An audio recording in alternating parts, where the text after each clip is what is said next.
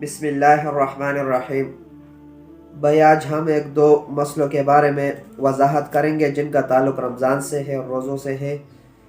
ایک یہ کہ آپ صلی اللہ علیہ وسلم نے رمضان کے موقع پر روزہ توڑا تھا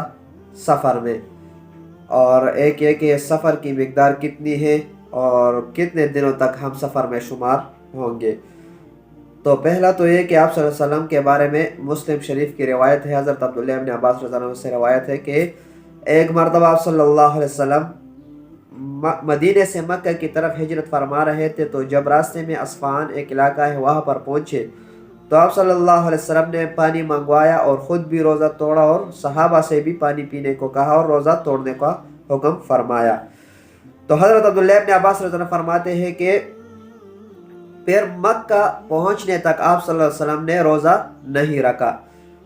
اور فرماتے تھے کہ کبھی آپ صلی اللہ علیہ وسلم سفر میں روزہ رکھتے تھے، کبھی نہ رکھتے تھے، توڑتے تھے۔ تو اب بھی اگر کوئی رکھنا چاہے تو اس کی مرضی، اگر توڑنا چاہے تو اس کی مرضی، کوئی گناہ نہیں ہے، کوئی اس پر عتاب نہیں ہے۔ پھر بعد میں کیا کر لے، عید کے بعد پھر ان روزوں کی قضا کر لے جتنے بھی روزے اس نے توڑے تھے۔ تو یہ تو آپ صلی اللہ علیہ وسلم سے کے بارے میں روایت تھی کہ آپ صلی اللہ علیہ وسلم نے سفر کے موقع پر روزہ توڑا تھا کہ نہیں توڑا تھا۔ تو اس کے جواب یہ ہے کہ آپ صلی اللہ علیہ وسلم نے ایک موقع پر اصفہان کے علاقے پر جب مدینے سے مکہ کی طرف جا رہے تھے تو روزہ توڑا تھا۔ دوسرا یہ کہ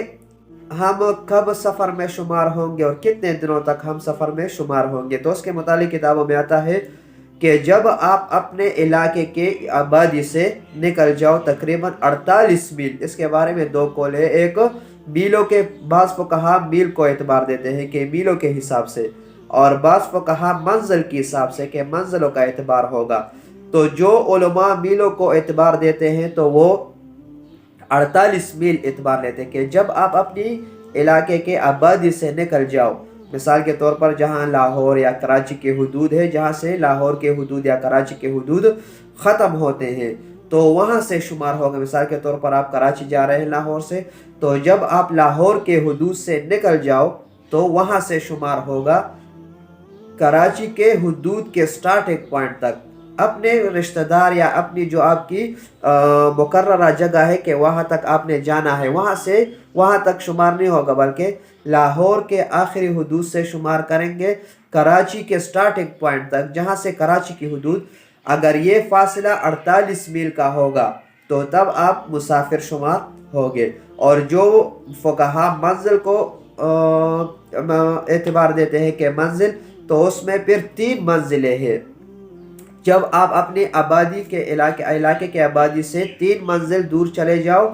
تو آپ مسافر شمار ہوں گے۔ اور پھر منزلوں کی مقدار کتنی ہے، ایک منزل کی مقدار میں پھر 3 قول ہے۔ بعض فقہا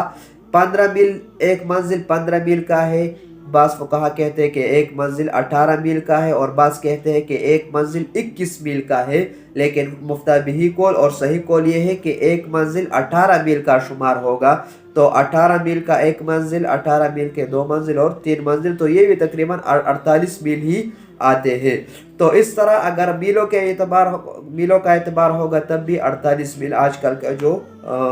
قول ہے اور آج کل اس پر عمل ہو رہا ہے۔ اور اگر منزل کا حساب لیں گے، اعتبار کریں گے، تو پھر بھی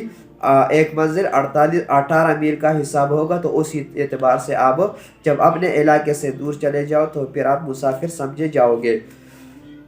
اب کتنے دنوں تک آپ مسافر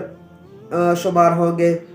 اگر آپ نے وہاں جانے کے بارے میں سوچا ہے کہ میں لاہور سے کراچی جا رہا ہوں اور میں وہاں پر 15 دن سے کم اگر آپ کا سفر کا ارادہ ہے تو آپ وہاں پر مسافر شمار ہوں گے۔ 1 ہفتہ، 10 دن، 12، 13، 14 دن تک اگر آپ کا ارادہ ہے کہ میں وہاں پر رہوں گا، ہاسٹل ہے، دفتر ہے، کوئی اور کام ہے وہاں پر کراچی میں، تو آپ 14 دن تک وہاں پر مسافر ہو اگر آپ کا ارادہ 15 دن سے کم ہے۔ لیکن اگر آپ کا ارادہ یہاں سے 15 دن سے زیادہ وہاں پر رہنے کا ہے تو پھر آپ وہاں پر مسافر شمار نہیں ہوں گے، آپ وہاں پر مقیم شمار ہوں گے۔ تو اعتبار اس میں 48 میل کا فاصلہ اور 15 دن سے کم اگر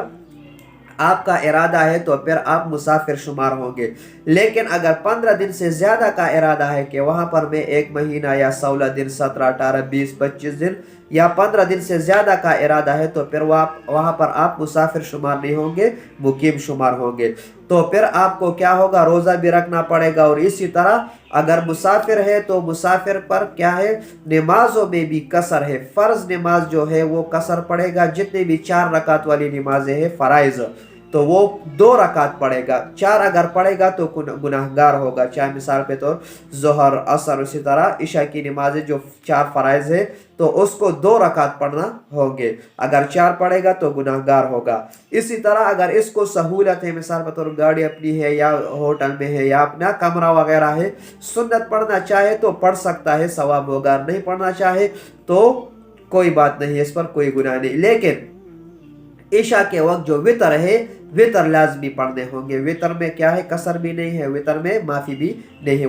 وہ الگ علیحدہ ایک نماز ہے۔ تو یہ کچھ سفر کے متعلق کچھ وضاحتی مسائل تھے کہ آپ صلی اللہ علیہ وسلم سے کیا یہ